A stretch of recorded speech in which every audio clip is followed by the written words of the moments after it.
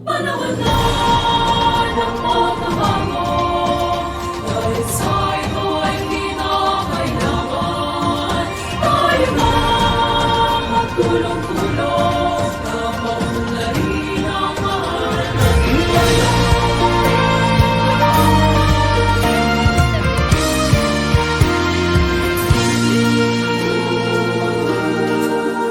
Panahon na ng pagbabago, dahil sa ito ay kinakailangan tayo na magtulong-tulong na paunlarin ang mahal nating bayan.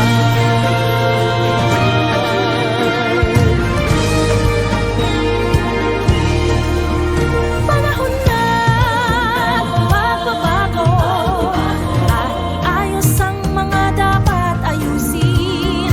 Dapat na maging tungkulin ng bawat mamamayan dito sa atin.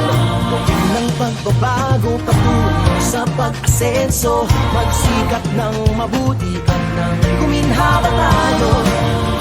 Malaki natin sa mundo at ipamalas ang bagong Pilipino at bagong